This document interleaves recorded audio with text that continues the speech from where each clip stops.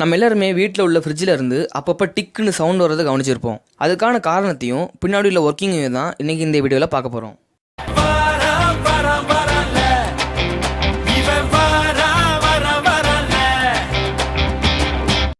Fridge அடிக்கடி டிக்குன்னு வர சவுண்டுக்கு காரணம் ஃப்ரிட்ஜில் உள்ள கம்ப்ரஸர். அது அடிக்கடி ஆன் அண்ட் ஆஃப் ஆகும்போது தான் இந்த சவுண்ட் வருது. கம்ப்ரஸர் ஒர்க்கிங் ஃப்ளூயிடோட ப்ரெஷரை இன்க்ரீஸ் பண்ண ஃப்ரிட்ஜில் யூஸ் பண்ணுவாங்க.